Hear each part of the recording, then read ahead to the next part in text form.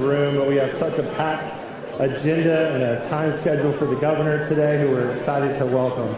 So good morning and welcome to the State of Economy presented by Reynolds American Inc. Thank you so much for joining us, and we cannot wait to hear from our governor, Josh Stein, here shortly. But first, I'd also like to pause. We have many of our elected officials locally and across the state here today with us, so many that we can't call them all out one by one, so they're on this screen, and we'd like to ask all of our elected officials to please stand so we can give them a big round of applause.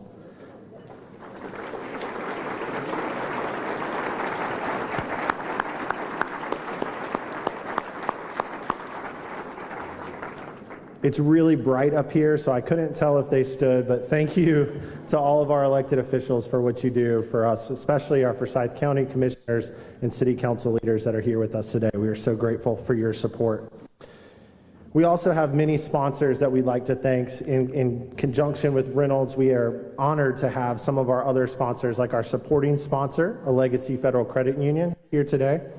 Our floral sponsor, Truliant Federal Credit Union, for providing these wonderful centerpieces to help make this event pop and be extra special.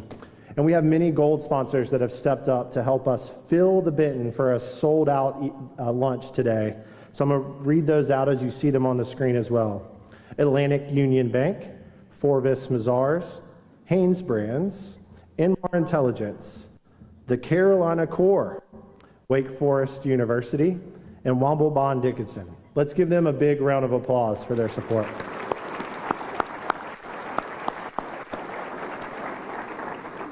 We also have many of our visionary investors that work with us throughout the year to help make all of our events possible and really support our mission. So thank you, Atrium Health, Wake Forest Baptist, Novant Health, Reynolds American, Truist, and Wells Fargo for your support as well. Let's give them a big round of applause.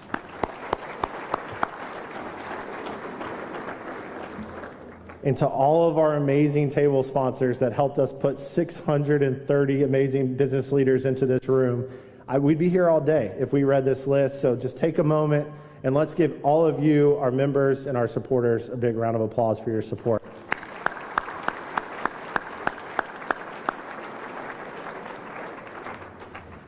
So now it's time to take a moment to recognize our presenting sponsor, Reynolds American Inc.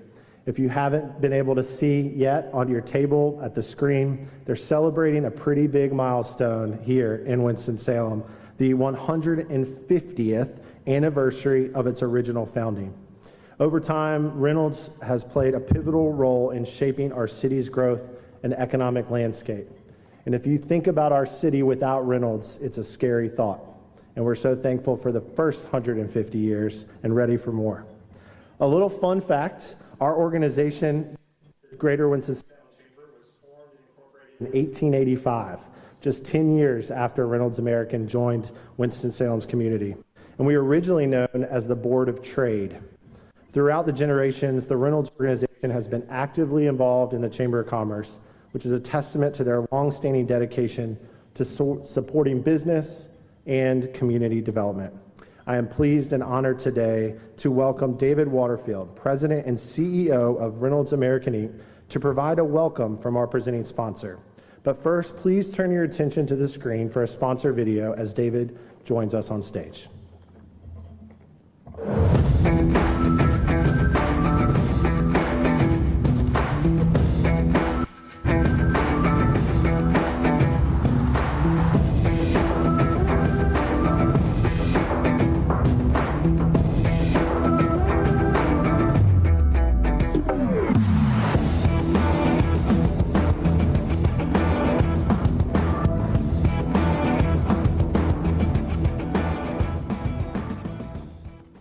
Winston-Salem, born out of Haynes, Wachovia, Piedmont Airlines, and R.J. Reynolds. Our city has a history of innovation, hard work, and dedication. Reynolds Carolina Credit Union was first created in 1967 to give RJR employees access to low-cost loans and savings. Rebranding to a legacy in 2001, we focused on our allegiance to progress and innovation while remembering our legacy with Reynolds Tobacco Company. Today, We honor R.J. Reynolds for 150 years of impact in the Triad. And as a legacy has continued to expand and innovate across the region, our core mission remains the same: to serve our employees, our members, and our community.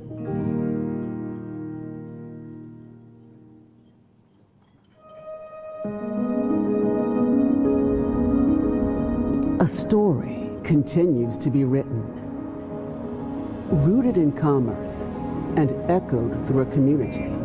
This is the story of a company that opened doors to a city and helped build the foundation for what it would become, united by a culture of excellence, innovation, and resilience, driven by the belief that hard work and dedication create a future worth investing in. From the ground up, we grew a proud workforce, a diverse community, an industry leader, an economic engine, and a partnership built for generations.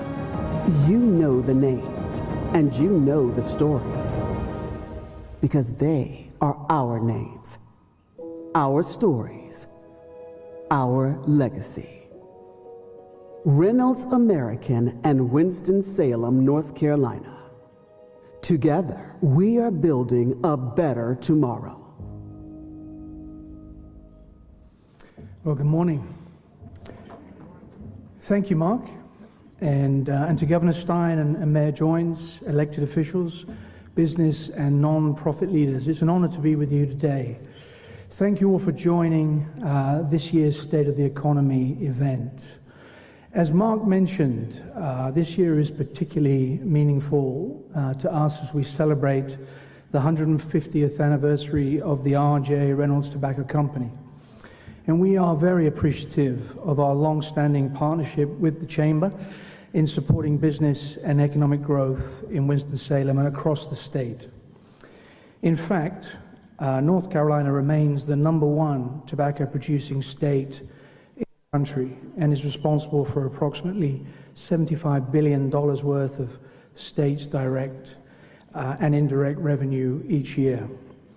I'm sure my accent gives it away, but I'm not from, this wonderful community. I was born in the United States. I've spent many years living and working abroad, but based on that long experience, I can tell you that Winston-Salem, which I now very much call home, is a special place, a very special place indeed. And of all the places I've lived, I've never witnessed a company and a community connection here in Winston-Salem.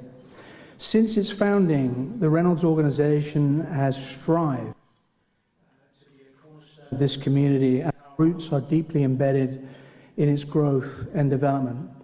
So let me share some facts that will bring this to life. Since its founding in 1875, the Reynolds organization has expanded from the original 4,500 square foot Little Red factory, just a couple of blocks from here, where RJ started a business, to the 2 million square foot Reynolds Operations Center, which was opened in 1986 in Tobaccoville. Now, this facility was the world's largest and most automated cigarette manufacturing plant at the time. And today, as we transform to smokeless products, it is not only still the epicenter of Reynolds manufacturing, but it has evolved to become the largest multi-category manufacturing facility for the company worldwide. And as our business changed, we remain committed to actively supporting a thriving economy in Winston-Salem, donating approximately 5 million square feet and 560 acres of development land at an estimated property value of around $200 million. These grants have been the foundation for approximately $2 billion of direct and indirect investment in Winston-Salem over the last 10 years. And of course, a thriving economy requires well-paying jobs. Today, the Reynolds companies support thousands of jobs in the local area, and we continue to add new skills and capabilities to support our transformation. In this year, 2025, we're on track to hire for 300 new jobs adding to the 500 new positions we created last year. Now, none of this will be possible without the partnership of this community, from attracting top talent to workforce development and creating a vibrant community where people want to live and raise a family. Collectively, we are shaping an economy that thrives for the generations ahead. As we look to the future, we remain focused on building a sustainable business that we can all be proud of. Today's State of Our Economy conversation is essential. It's an opportunity to think about the challenges we face and, more importantly, the solutions we can create together. The Reynolds organization appreciates being part of that ongoing dialogue. So on behalf of Reynolds and our outstanding employees, we look forward to working alongside each of you to contribute to a strong, resilient economy, ensuring the future of Winston-Salem offers a better tomorrow for all. Thank you very much.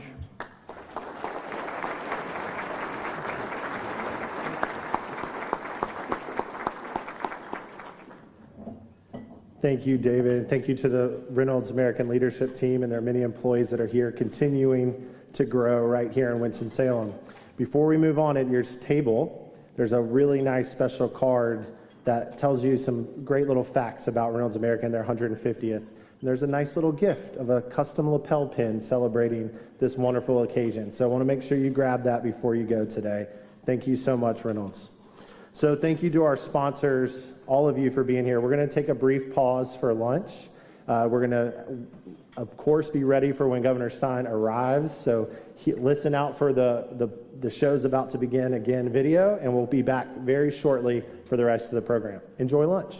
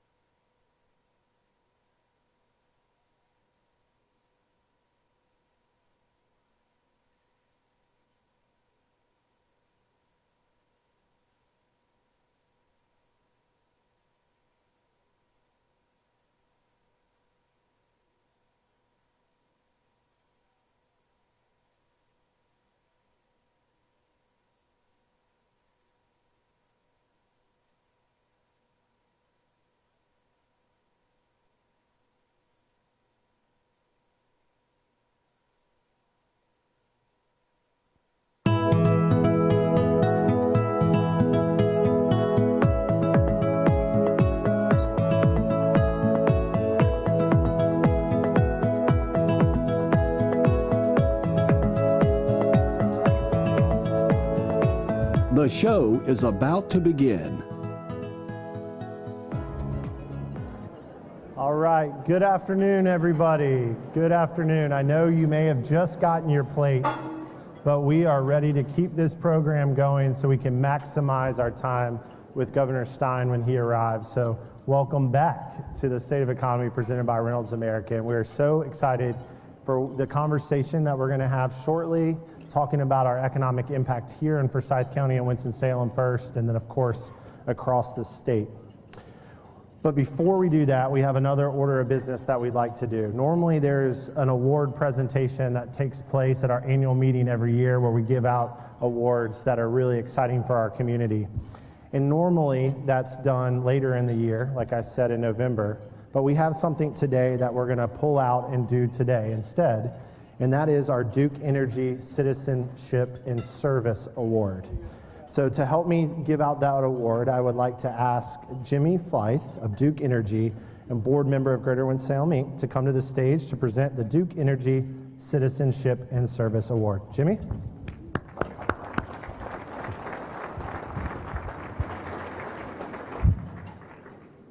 Good afternoon. Thank you, Mark.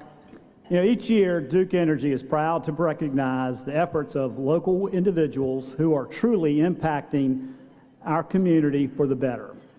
The Duke Energy Citizenship and Service Award is a tribute to those people who dedicate themselves to a lifetime of service. I was just sitting at the table, we were talking, we've been presenting this award since 2004, so just a great list of community leaders. This year, it's a true honor to present this year's award to Graham Bennett, and I think we're probably surprised, Graham.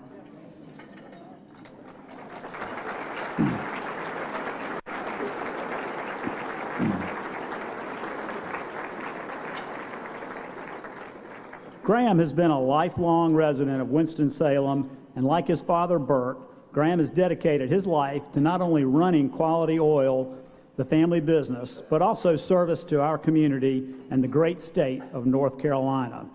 After graduating from UNC, Graham had the opportunity to work for Governor Jim Hunt in Raleigh. I would imagine this is what sparked his lifetime interest in public services. After Graham's time in the governor's office, he joined Quality Oil, where he remained for 47 years and served decades as president. During those 47 years, Graham and his wife Janice raised 3 wonderful children here in Winston-Salem. What makes Graham remarkable is that during his spare time, when he wasn't running the company and raising children, he spent countless hours serving on numerous community statewide boards, including but not limited to Brenner's Children's Hospital, Wake Forest Baptist Atrium Health, the Winston-Salem Alliance, and many more. Some of you may know that Graham recently retired from Quality Oil, and most people, after all those years of service, you might imagine would just find a beach somewhere to relax and kind of focus on themselves, but not Graham. In the last 30 days, he has been named chair of the PTI Airport Board and has also been appointed by Governor Stein to the North Carolina Board of Transportation. It doesn't appear that he's going to be slowing down anytime soon, which is great news for our community. Graham Bennett's lifetime of work as a business leader, a community volunteer, and an advocate of our community in Raleigh are what makes him exceptional. I'm proud to present this year's award to Graham Bennett. Come on up, Graham.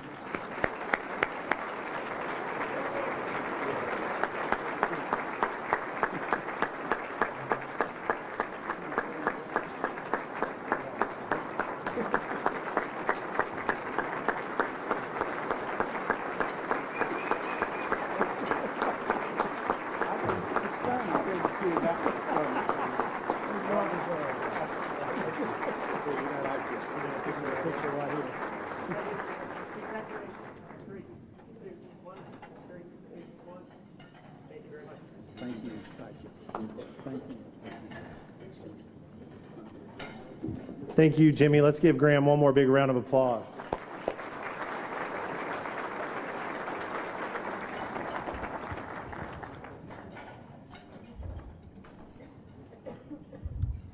We We know Graham is not finished yet, and we talk about slowing down. I think when you get that Department of Transportation license plate, you get to go a little faster too. So, Graham, we're excited about what's ahead. So as we are prepared for the governor to join us here, I'd like to just take a brief pause and take a little bit of a look at what's happening here in Forsyth County, Winston-Salem, as a proud part of the Carolina Core. So we're going to show a few slides here and talk a little bit about our economy locally.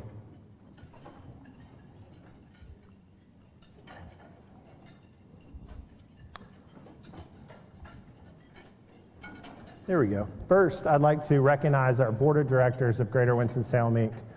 Without our Board of Directors' leadership, the work that we do here in our community and our wonderful team, wouldn't be possible. So I'd like to take a moment and ask those board members that are here with us today to stand for 1 second so we can give you a big round of applause.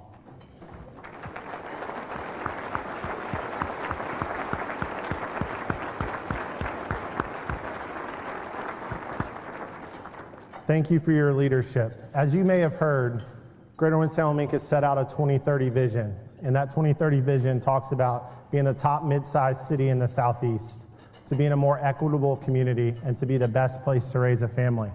It's hard to believe we laid that out 5 years ago in this very room, but we promised you then that we're going to have dashboards. We're going to show you that progress of how it's happening in the community. Now, I'm not an economist, but I'm going to do my best to explain some graphs here in just a minute. But first, let me show you the dashboard that we're talking about. These are just a few of the areas that we measure to see if our work is impacting our community in a positive way. Total employment continues to be on the rise in Winston-Salem and Forsyth County. Our population growth continues to grow, and I'll show you some charts in just a moment how that trends. We also have great graduation rate. So that first one where you see the yellow line is the 4-year graduation rate that has stayed stable over the last year, which is at 85.4%, which is the highest in the history of Winston-Salem Forsyth County schools. Just below that is the 5-year track, where some students, that have gone through COVID or need a little bit extra time are graduating at an 88.1% clip. We are really close to getting to that 90% graduation rate that we've talked about and laid out from our superintendent of schools and the school board. And so that's a fantastic thing as those students are getting ready to take the next step in their career. And then median household income. We talk about being a more equitable community, and there's different ways to measure that. And I'm excited to participate with the Winston-Salem Foundation just next month in some conversations around that. But you can see our median household income continues to rise, and we're really excited to see that. We know there's more work to do, but at $65,541, we've made a significant jump over the last 5 years. Apologies, I think the battery on the clicker died, so we're gonna keep trying. So I pulled this out last year. It's our labor force participation rate. This is something I want to just continue to call out as we look ahead in Forsyth County. In Forsyth County, a labor force participation rate is any able-bodied individual over the age of 16 that wants to have a job, and that's at 61.8%. So 61.8% of those individuals are in the labor force looking for a job. And how does that stack up? You can see some of our neighbors in Guilford across the Carolina Core, as well as Mecklenburg and Wake. So Forsyth County trails a little bit in that spot, which is why we're partnering really close with our friends at Forsyth Tech and others across this region to do that. The state of North Carolina, we are above average as you look at the labor force participation rate across the state, and right there at the national average just below. So this is something we need to watch and continue to work on to make sure everybody in our community who wants to have a job has the right skill set and career readiness opportunities to achieve their goals right here in Winston-Salem. Great, thank you. All right, so now this is my attempt at showing some graphs and see if I can explain these right. Pretty self-explanatory here, the labor force. Of course, on these next 4 charts, you're gonna see the COVID spike down there in 2020. But this looks back over the last 10 years, and you can see our labor force is continuing to steadily grow and the number of participants in our labor force. The down dip that you see at the end is not adjusted for seasonal workers, so that kind of sees a dip at the end of the year in December as you go into the winter. That's something that we watch for, and we're going to be tracking as we go forward in 2025 to make sure we're going back up. But you can see the rush on talent is so critical to all of you that are employers. And this is something that we really have to take a a focus on as we continue to look forward. On the next slide, please. All right. Let's go back one. Hold on one second. All right, unemployment rate, great. So here on our unemployment rate is about 3.7%. So you can see over the last 10 years, we have been low and we've stayed lower, and we're right on average with the state at 3.7%. So that's a really low number, right in line of the state. But we have to continue to track this to make sure with the gap in participation in the unemployment rate that you, the employers, have access to high quality talent here in our region. Across the triad, there's 1.6 million people in the Carolina core that are ready and able to participate and grow in our economy. And this is something we have to continue to watch. As you know, the average drive time in our region, 22 minutes, you can get anywhere you want in our region. And so people are looking to cross those county lines, and we have to continue to look for that. But our Forsyth County leadership has done a great job with the employment rate. Our next one is percent of population below the poverty line. So this is great that this chart is going down because we talk about economic mobility and economic opportunity, and we've seen a decrease in the total percent of population below the poverty line. So we think our work and our efforts with all of you are working to help make sure there's economic opportunity and economic mobility for the citizens of Winston-Salem and Forsyth County. And we hope that continues to grow down. We've got one more slide here. Thank you. Our median household income. We talked again about being that number, that 65,000 number. You can see that trend and that big takeoff. Of course, there's inflation and other things to consider, but our household income is continuing to go up, which is showing positive opportunities and wage earners being able to make living wages. And that's really amazing. You think about Winston-Salem State, who the governor was with just earlier this morning. Think about Forsyth Tech having enrollment at an all-time high. You get to work with our partners at UNCSA and Wake Forest University. You can see that there's a hunger for these young people and adult learners to get back into the workforce and provide for their families. And that's what we want. And when we talk about the best place to raise a family, we want to make sure people in our community have the opportunity to grow in that household income. And then population growth. We have to make sure there's enough workforce here for you, and that population growth is continuing to climb. People have heard about Winston-Salem, they've heard about Forsyth County, they're growing here, they're raising a family, and it's really exciting to see that continue to grow up. So on labor force participation, back on that, we have that partnership called Forsyth Works. Hopefully many of you have heard of that with our partners there at the bottom, Forsyth Tech, Goodwill of Northwest North Carolina, the school system, and Forsyth County, who gave us a wonderful grant to launch this program. You can see up at the top our great friend Paula Dibley at Forsyth Tech. Those are students that just were at risk of dropping out of high school that participated in our Senior Academy program, where they paired up one-on-one with mentors just like you. And 111 of those students went through that program. 98% of them are graduating, and they all just earned pre-acceptance letters to Forsyth Tech. Let's give that a big round of applause.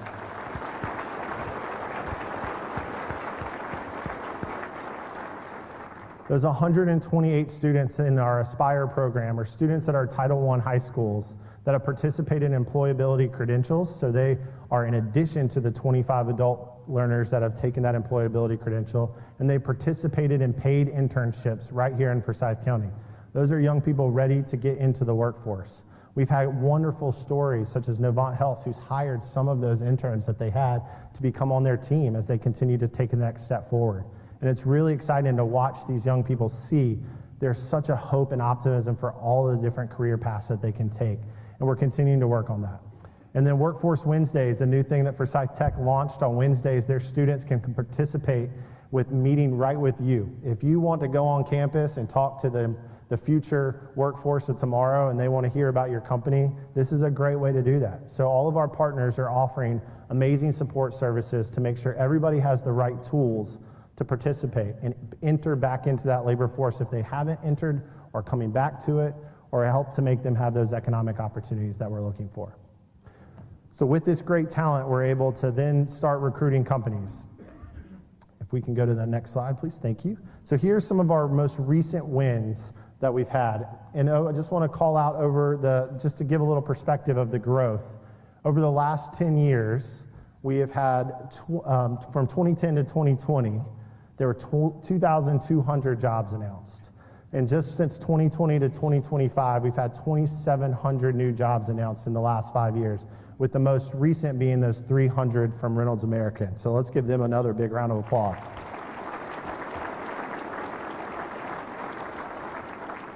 As of this morning, we had 73 active projects in our pipeline, and the Carolina Core is in play for over a third of the total projects considering the state of North Carolina. So our region is one of the biggest driving economic engines in the state. And we'll say that again when Governor Stein walks in, so he makes sure to hear that as well. So let me show you a couple projects on the next slide. These current projects, these 5, are some of the ones that are right here on the tip that our team, Ellis Kiefer, JT Warren, Trey Blackwood, all of our team members at Greater Winston-Salem are working on trying to recruit. As you can see, you have a variety of those different industry sectors, and we're working really hard to try to land those. And our last slide here, as I'm getting the sign that Governor Stein has arrived, if we can go to the next slide, please. Thank you. Is people are finding out about Winston-Salem Forsyth County. You hear in our video, it's not a secret anymore. Top 100 best places to live. By Wallet Hub, we're 2 best in the country for business cost. The number 20 best cities for young professionals by Forbes. Let's just pause on that one. That's something that if you would have told us about 5 years ago, would have been on that list. We had a lot of work to do. And we're working hard to make sure you, our companies, have access to top talent and having a wonderful lifestyle and community to attract and retain top young talent. And we're the number 7 top city for life sciences construction. I see our partners at Innovation Quarter here with us today. Innovation Quarter and IQ2 in the future in that space is putting us across the world recognized for the innovation in biotech life sciences. So Winston-Salem is well positioned. And as we look ahead, we're going to continue to support our partners in downtown retail, restaurant growth, continue to have that lifestyle, continue to work with our young people and make sure they have all the opportunities that they want in front of them, and make sure that we're continuing to focus on infrastructure. So now we've got Graham fighting for us for the Beltway. We're working with our commissioners who are focused on supporting future industrial growth. Our city is working on innovative spec building loan programs that are going to open up new product to be able to recruit companies. And we're really excited for what's ahead. So now it is my honor to recognize our board chair who helps lead us in these efforts, Mike Lancaster, who's the president and CEO of Bloom Construction, so that he can introduce to you our governor, Josh Stein. Mike?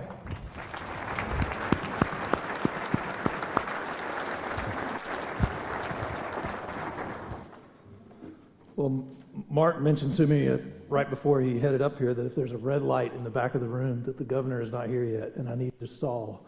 So I've been Googling dad jokes because that's all I have in my repertoire. I'm thankful that I think the governor is here so I don't have to stall. But thank you, Mark.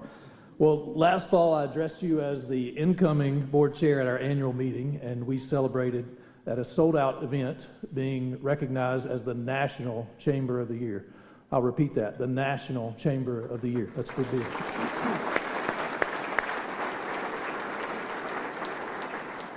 Well, today we have an even larger number gathered for the state of the economy, and I think that's truly a reflection of Greater Winston-Salem, Inc., the team and their drive to continuously improve our community through business success, economic growth, and talent and workforce development.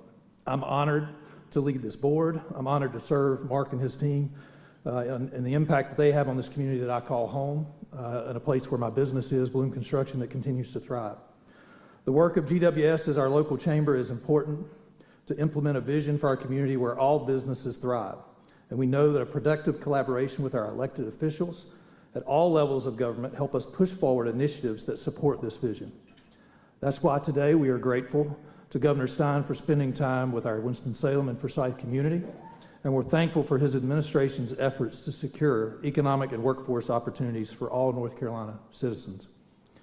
Josh Stein is serving his first term as North Carolina's governor, during which his priorities are to bring people together to help Western North Carolina recover from Hurricane Helene, create economic opportunities for all North Carolinians, invest in public schools, and keep people safe.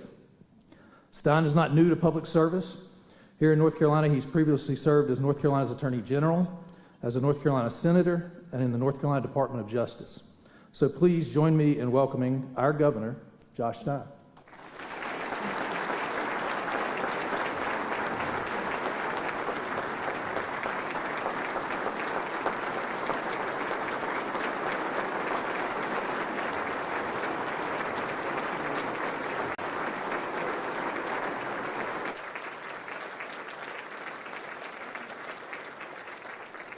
Very kind of you all. Good to be with you. Mike, thank you for that introduction. Mark, thank you for your leadership of Greater Winston-Salem, Inc. You all are doing incredible things. I see Representative Brown. I know maybe Representative Baker is here, Senator Lowe, Mayor Joins, all of the elected officials in the room, of which there are many, and now I made a mistake by starting this process. Good to see you. Thank you for what you do for the people of Forsyth County. I want to congratulate, I understand Graham Bennett just won the Duke Energy Citizenship and Service Award. Very well deserved. Where's Graham? Well done.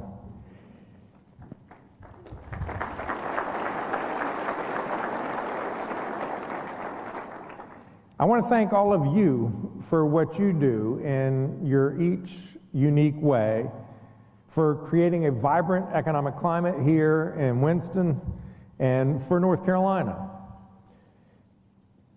I know the answer to this question, but I'm going to ask you all anyway. It's about North Carolina. Who here, like me, loves North Carolina?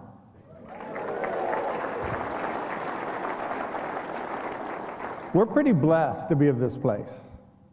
North Carolina is home to friendly and good people, home to remarkable natural beauty, home to small businesses and Fortune 500 companies. Heck, we're home to the best barbecue and basketball in America. North Carolina is home. And what we pray is that our kids and grandkids, and your kids and grandkids, also want to call this state their home. You know, our state toast declares that North Carolina is where the weak grow strong and the strong grow great.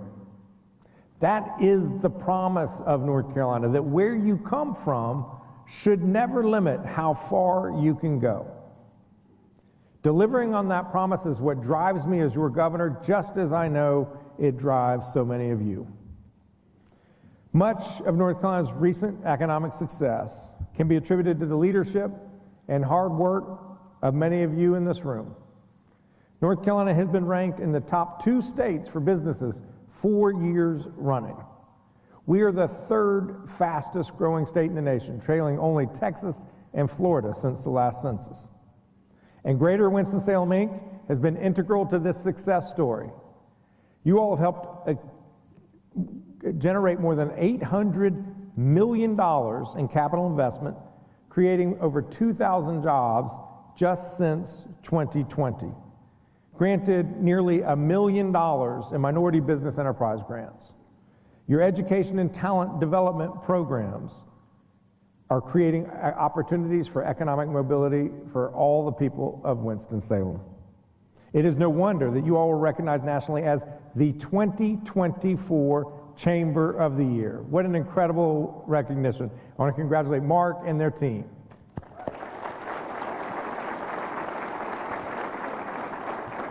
I was just telling Calvin outside that when the remarks were prepared and I looked at them and said, y'all won the Chamber of the Year award, it wasn't clear in my remarks, was it for North Carolina or the country? And so I did my own internet research. I'm like, this is not of just North Carolina, this is of the country. That's really an incredible accomplishment. I look forward to continuing to work together to harness the great economic momentum that we have here in North Carolina to position the region and our state for success for generations to come. We've created real momentum in North Carolina, but we cannot just rest on our laurels. Other states want what we have here. We've got to stay on our toes. We've got to stay hungry, strengthening our economy, enabling businesses to thrive and workers to prosper. We've got to not only grow the economy, but also make sure that its benefits reach every corner of this state. To continue the success, I'm committed to partnering with you all to build a workforce with the education and experience needed to drive economic growth and ensure that North Carolinians across the state are able to build a career. For the past 2 years, we've been in the top 3 states for workforce. So we've seen success. We just have to continue to build on it. I am committed to increasing economic opportunity for every person, for workers, business owners alike, by increasing the number of skilled workers who can build a career here in this state. And know this, While I am governor, no state will outwork North Carolina when it comes to developing our workforce. As the state, we can set the national pace for growing the number of skilled workers, doubling the number of apprentices over the next 4 years, empowering hundreds of thousands of North Carolinians to get the credentials that they need to secure good-paying jobs. We have to support Propel NC, a funding model that rewards community colleges for certifying students in high-demand sectors like advanced manufacturing, healthcare, and IT. And for students seeking those certifications, we should make community college free.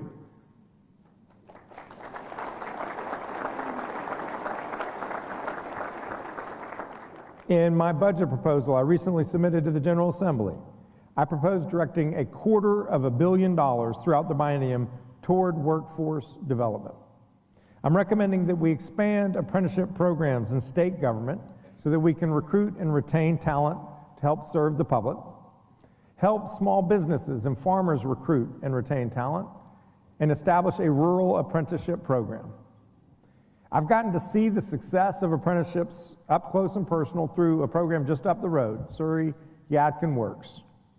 Surrey Yadkin Works is a workforce development partnership among Surrey and Yadkin County Schools, Surrey Community College, and local employers. Students gain skills by participating in a learn and earn model where they're paid for their training.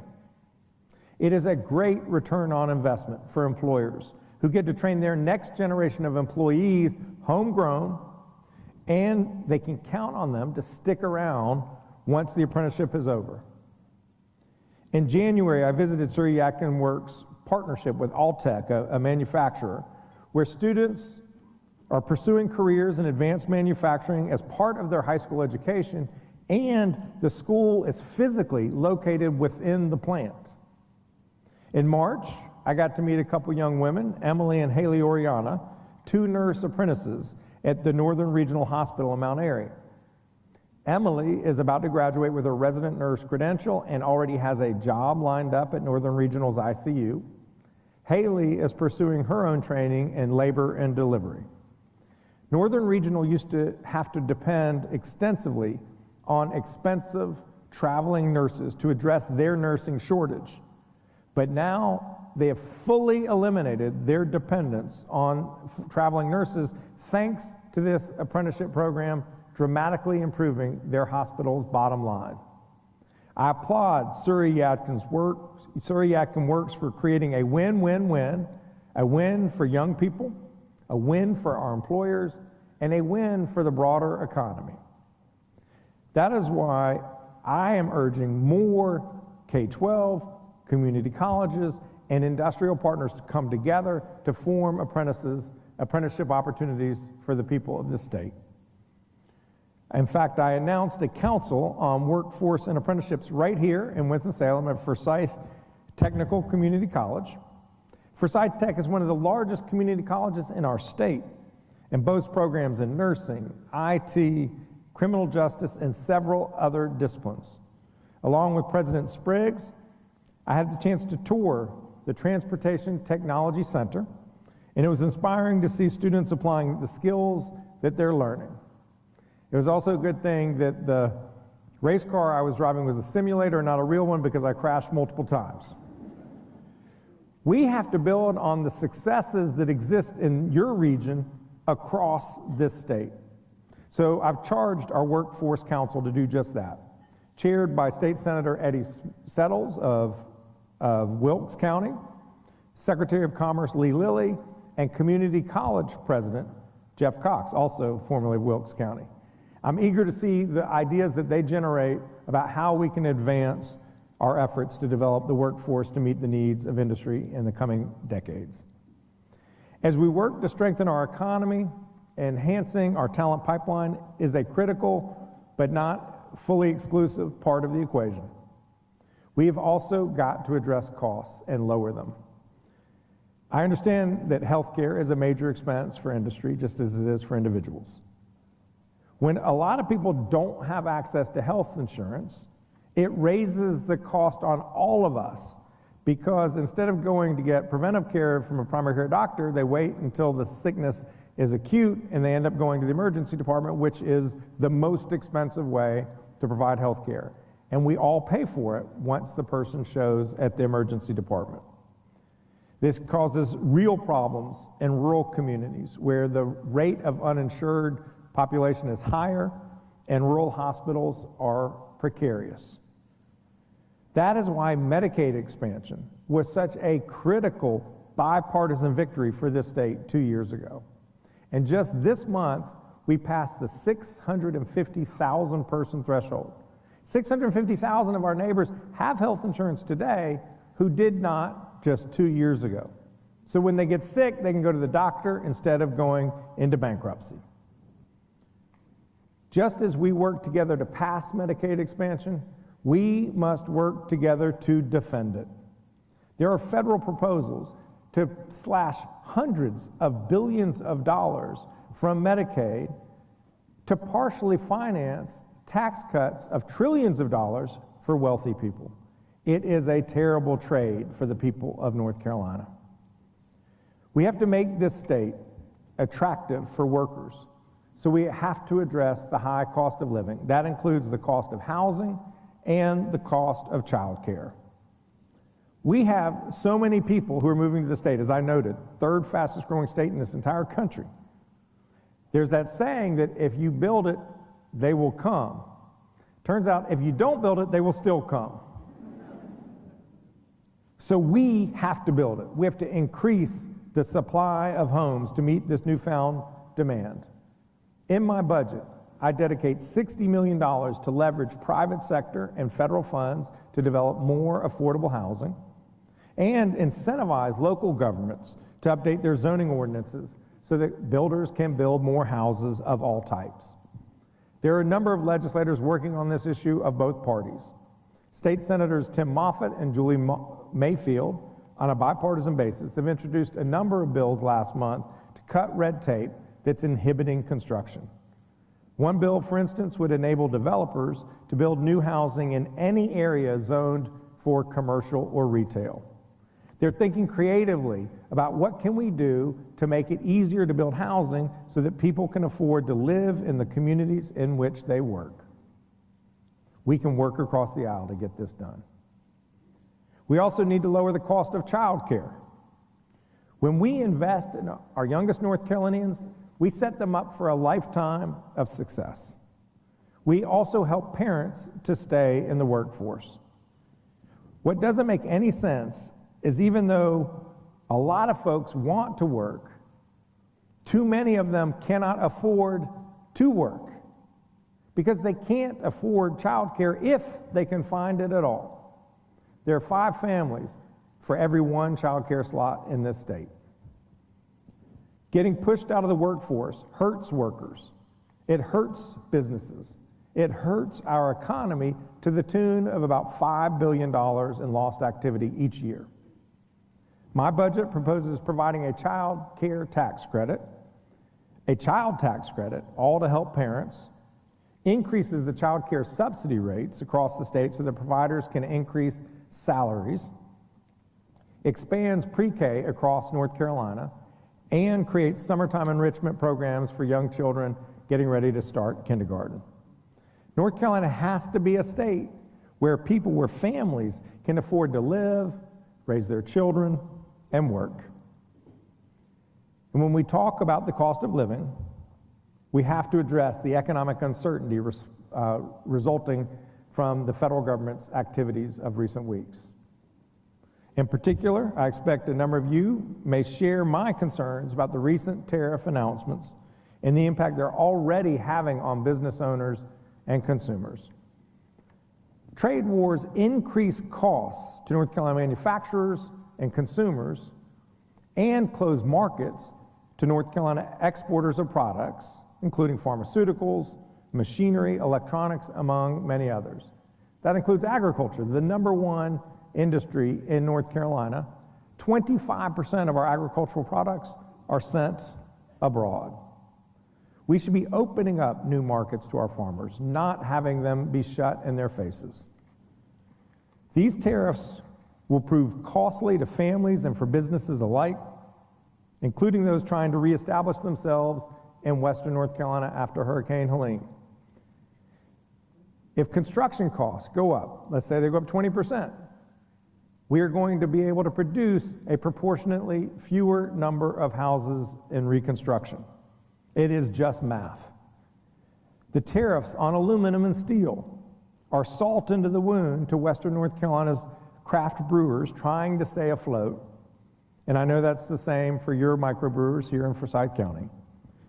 People and businesses thrive when there is certainty, not chaos. Even though some of these tariffs are on a 90-day pause, changing policies on a whim make it exceptionally hard for supply chains to reliably function.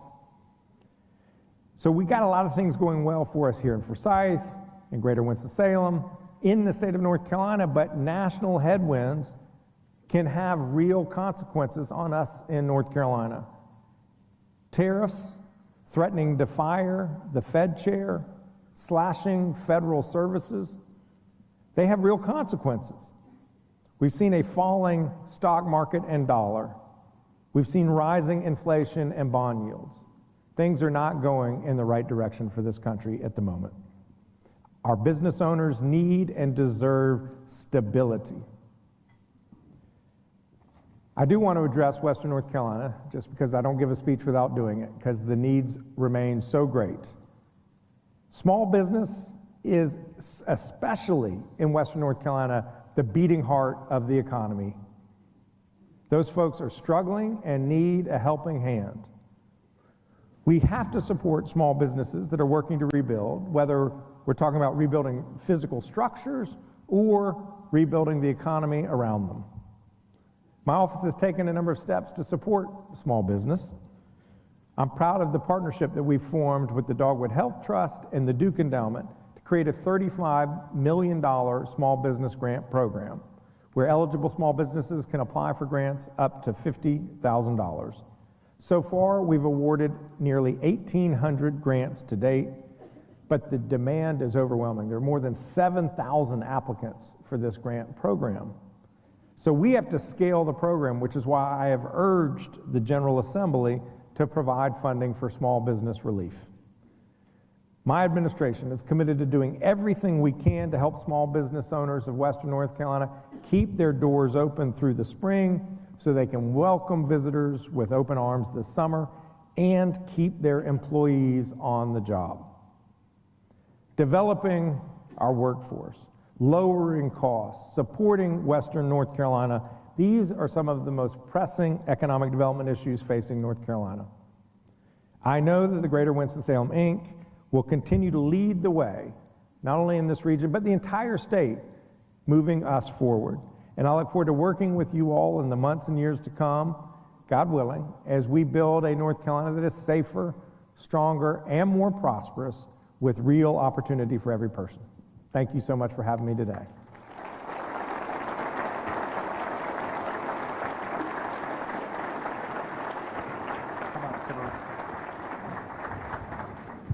Thank you so much, Governor. We're honored to have a few minutes with you today as well, to have a little bit of a conversation here and just continue to expound on the great words that you've said. First, thank you for your time here in Forsyth County and Winston-Salem. I think you've spent a little time here lately, and I know you were with Winston-Salem State this morning. So is Forsyth County a special place in your family? That's a smart man. Yes, it is. My wife, Anna, is a graduate of R.J. Reynolds High School. She was born yesterday, 55 years ago, up in Elkin. And so we spent a couple days up in Elkin, and we were touring the Yadkin Valley wine industry. And I tell you, that was hard duty. Somebody had to do it. Yeah. But we did it. We did our part. And yeah, I have a special place in my heart for Winston-Salem. Well, please tell her happy belated birthday from her Winston-Salem family. She will be pleased. Great. So we obviously, working and touring the wine country of North Carolina is work. It is. But outside of work, what are some hobbies that you enjoy if you ever get those moments? I do. I make sure that I do. And even when I am working, I figure out ways to have fun, because you got to have fun. Life is way too short to not enjoy it along the way. So I love sports, big college basketball fan. Maybe in Winston-Salem I won't profess my allegiances, but I love college basketball. I like college football, although not as much. I love the Carolina Hurricanes. Going to go there for game 2 tonight. Let's go Canes. All right. Like riding a bike when I get a chance, and we like playing with our dogs, walking our dogs. That's great. Well, we'd be honored to host you at a wonderful Wake Forest basketball game anytime you'd like to. So you've been in Forsyth County. You were here earlier today with Winston-Salem. You mentioned your visit to Forsyth Tech and Dr. Spriggs, who's right here. also the chair-elect of Greater Winston-Salem Inc. Our partnership runs deep and work earn and learn apprenticeship programs across state, similar to the LEAP program here at Forsyth Tech. Tell us why these workforce programs matter so much to you and to the economy of North Carolina. It matters to me because of exactly that. It is so critical to the economy and to people. Workforce development is what opens up doors of opportunities for people. What allows somebody to get a job that pays them a salary that's enough. It's enough to afford a house or pay their rent. It's enough to raise children, enough to take a vacation once a year, enough to save some money for their retirement. That's what we want for our people. And those jobs are competitive. There are a lot of people, those companies that offer those kinds of jobs could exist anywhere in this country, anywhere in the world. And we have a great product here in North Carolina, but we have to make sure that when we say to a company, come here, invest, put in up to billions of dollars in the ground in this state, and trust us that when you do so, there will be workers who can deliver the products that you're trying to put into the market. And so it's what strengthens our economy, makes us an attractive place to be. But the reason we want that is because that's what helps our people have better lives, and that's what we want. Absolutely. And Governor Stein has been fantastic in helping recruit new businesses to come to the state of North Carolina, to the Carolina core, and we have a great partnership with Chris Chung at EDP&C. Can you share a little bit of insight of what are these companies looking for as they consider? You were just outside. We have 73 active projects considering Forsyth County right now. That's awesome. So help us. What's that secret sauce to land them in our community? It's everything that we know and love about the state. It starts predominantly with the people. We've got to have a workforce that's attractive, that meets the needs of the employers. It's land, it's access to infrastructure, access to markets. The fact that we're on the East Coast, sort of in the middle, makes us very appealing. We have to have good and reliable, affordable energy. We have to have a healthcare system. That's one reason why Medicaid expansion is such a critical component. We had more hospital closings from 2010 than almost any state in the country. And when you have these rural hospitals closing, you're essentially saying to the world, this community can no longer support economic growth, because there's no business owner that is going to move their business and themselves and their senior managers to a community where they can't get health care if they get really sick. So strengthening the healthcare system is critical. The same with K-12. We've got to be able to say to business owners, you can come to North Carolina, we want your businesses in Forsyth, but we also want them in Ash and Avery. And no matter where you go in North Carolina, you're going to have a good teacher in your classroom. And so you can have the confidence that your kids are going to have the opportunity to thrive and succeed. That's why in my budget, I want North Carolina to not be second to last in the Southeast for starting teacher pay, which we are today. I want us to be number 1 in the Southeast for starting teacher pay. Let's give that.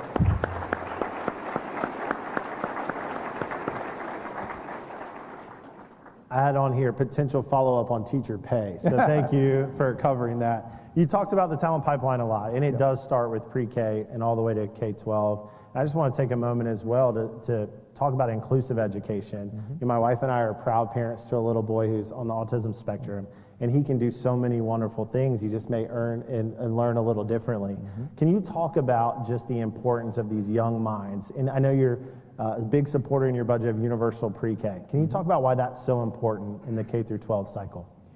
Basically, this world is so competitive, We cannot afford to leave anyone's talents on the sideline. And there is talent in every person.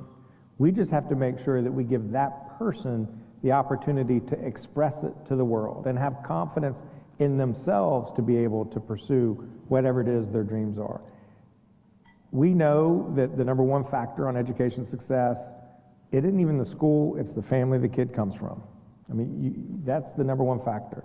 So what we have to do is to try to make sure that as many people start the starting line of kindergarten as close to the same place as we can. That means making sure that we have excellent early childhood education programs. You know, there are some children whose both parents read to them every night, and that child may have thousands of words in their vocabulary when they start kindergarten. There are many other children whose parents, either they're single parent or they're working all the time, or it's just not a value in that household, where the child may have just a few hundred words when they start kindergarten. It's very hard at that point for that child to make up the gap, and we're talking among 6-year-olds.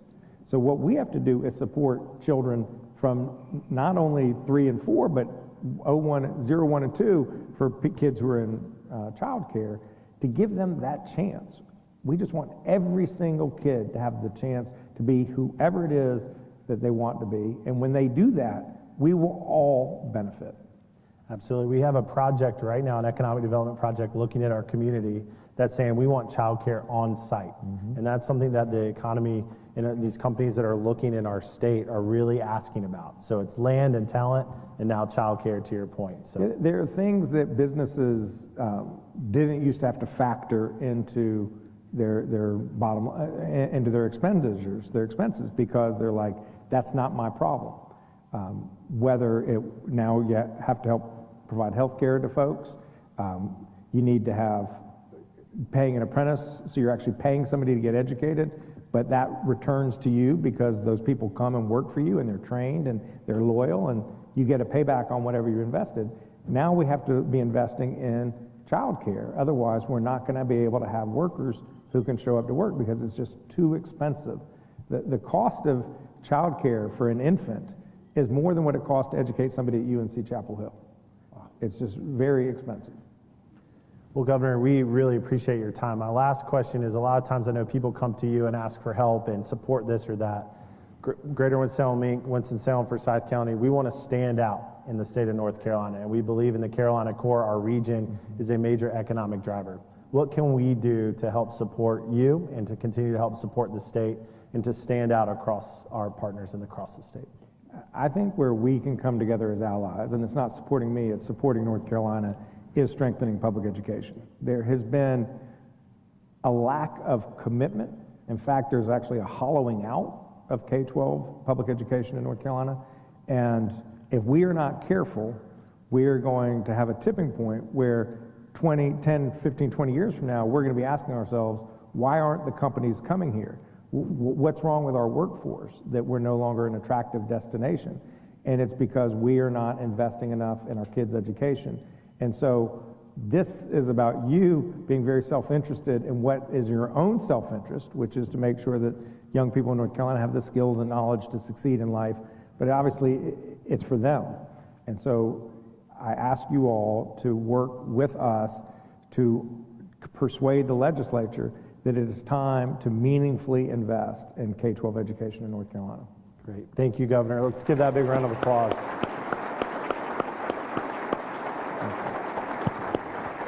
Well, I made a promise to keep you on schedule. You've had a busy day in Forsyth County. You've got a big hockey game tonight as well. But everybody that's here today, thank you, Reynolds American. 150 years here in Winston-Salem, and we're going to have a lot more years ahead of us. David, thank you for your leadership to the Reynolds team. Let's give Reynolds another large round of applause.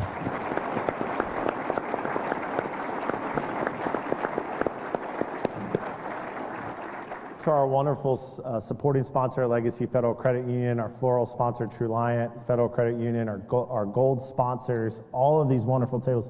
Governor, we sold it out. We sold it out. So we've got to have you continue to come back and spend time with us in Winston-Salem and Forsyth County.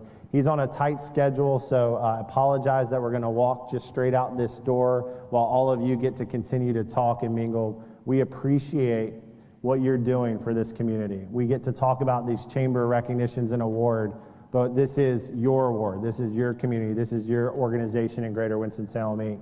And that's why Winston-Salem and Forsyth County are so special. So thank you for being with us today. We look forward to seeing you soon. Thank you. Thank you so much. Enjoyed it.